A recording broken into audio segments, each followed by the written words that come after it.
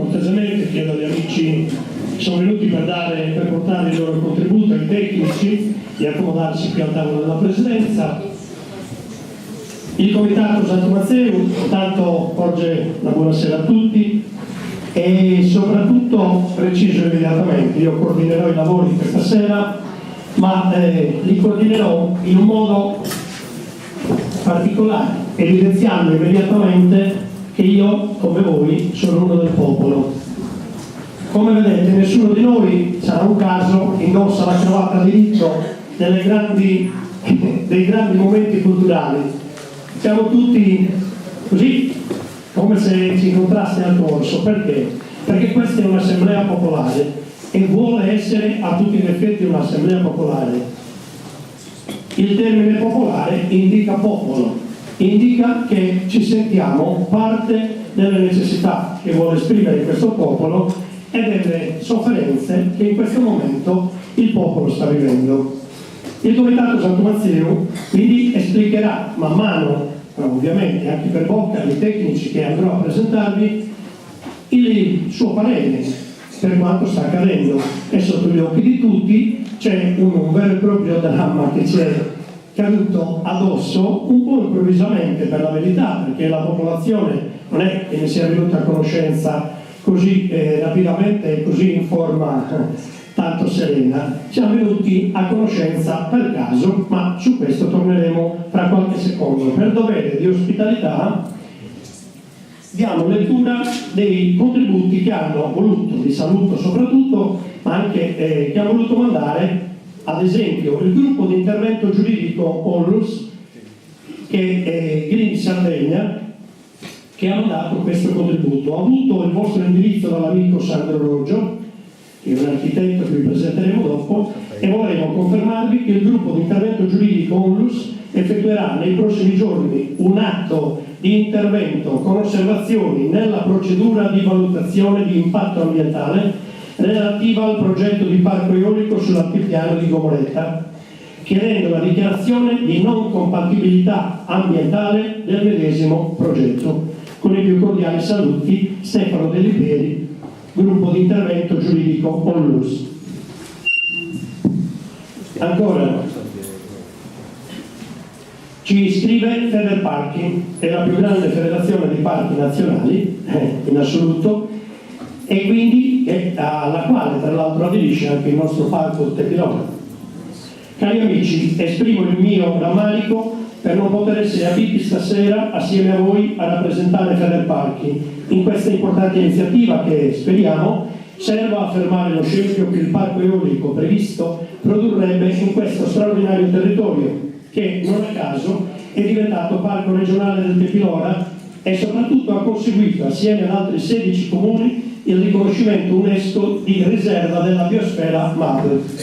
Segnalo tra l'altro che tale riconoscimento prestigioso per l'intera Sardegna non è assegnato per sempre e verrà continuamente monitorato dalla Commissione UNESCO, che valuterà attentamente se questo territorio riuscirà a conservare gli straordinari parametri che gli hanno permesso di conseguire la qualifica prestigiosa di riserva della biosfera. È di tutta evidenza che la realizzazione del previsto parco eolico infliggerebbe un colpo mortale sia al parco regionale che alla riserva MAB UNESCO. Come Federparchi auspichiamo che anche grazie ad iniziative come questa si riesca a smuovere l'inerzia della Regione e del Consiglio regionale, che solo se avessero approvato l'estensione del PPR all'intera isola avrebbero potuto opporre ben altra resistenza all'invadenza legislativa dello Stato.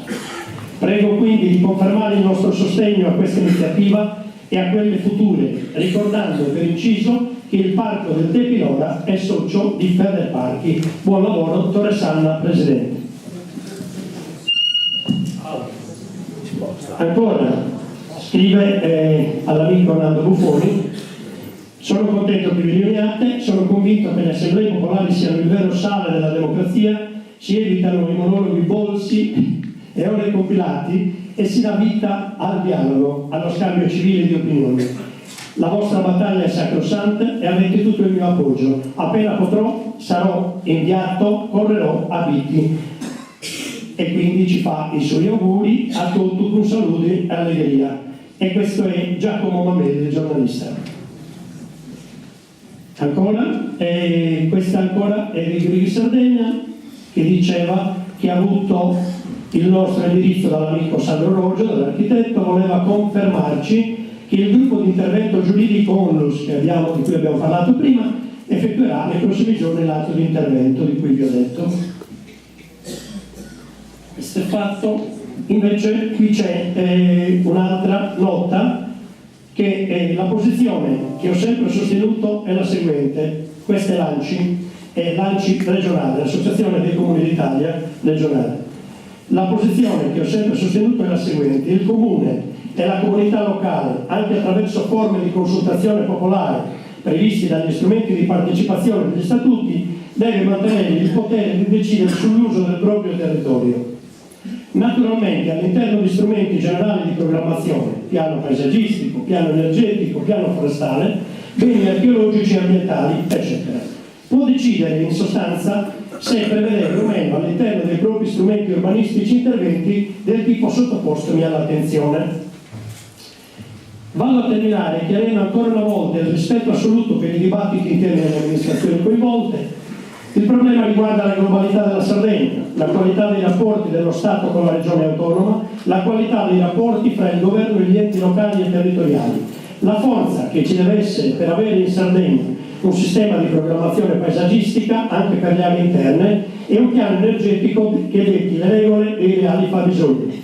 In quel contesto, e solo in quel contesto, le amministrazioni comunali, attraverso gli strumenti urbanistici locali, possono prevedere o escludere aree evocate per gli interventi sulle energie rinnovabili, sulle trivellazioni, sul termodinamico, eccetera, valutati gli impatti sociali, economici ed ambientali, sentite e consultate le comunità.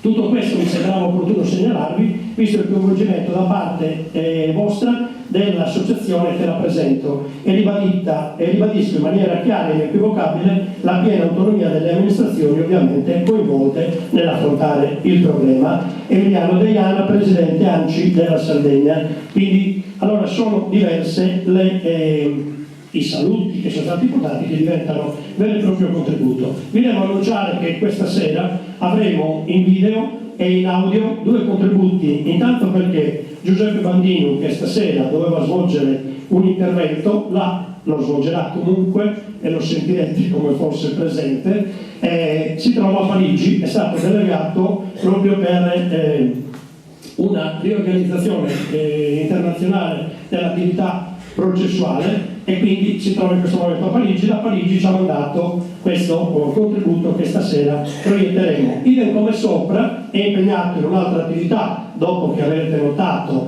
ha preso diverse posizioni, sotto diverse posizioni in Sardegna negli organi regionali di informazione, Marchisio Bandino. Anche lui ha mandato un contributo video dove parlerà per un paio di minuti proprio col cuore e sul coro di Zichesu a tutti voi.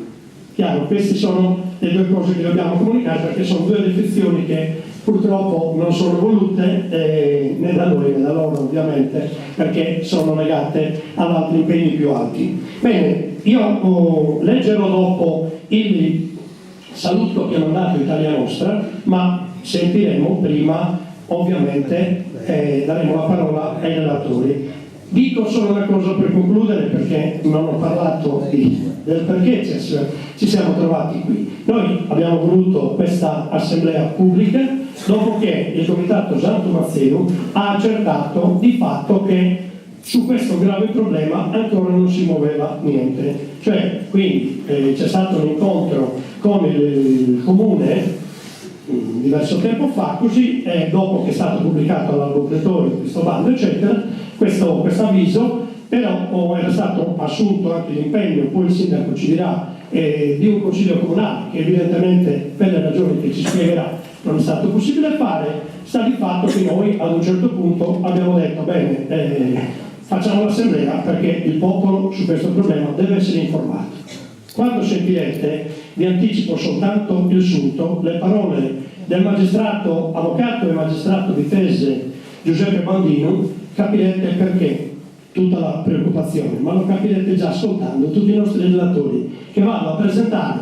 Sono Mauro Gargiulo di Italia Nostra e il rappresentante, vedete, il referente per l'energia di Italia Nostra. Italia Nostra è una grandissima associazione ambientalista riconosciuta dovunque in tutta Italia. Poi Marchisio Bandito lo conoscete e Ignazio Camarda lo conoscete anche a lui. Ignazio Camarda, sposato a Pitti, è un grande studioso, un professore universitario, è un botanico che veramente in Sardegna risulta, secondo me, va bene, adesso non mi voglio incensare troppo, però secondo me sono i voti a dire che è il migliore del settore. Però stasera è con noi e anche lui è venuto senza cravatta, quindi parlerà, è sposato a Pitti, lo sapete, quindi parlerà con uno di noi. Allora, l'altro ancora c'è Nando Buffoni che appare spesso a essere coinvolto in tantissime problematiche, è un economista, è un grande economista che nonostante abbia finito di esercitare la professione che lo portava in giro per tutto il mondo, effettivamente vedete che si prodiga ancora per noi e per la nostra gente e i nostri problemi. Sandro Roggio, non ha la cravatta. No, non l'ho detto perché si deve... a meno che non l'abbia risposto.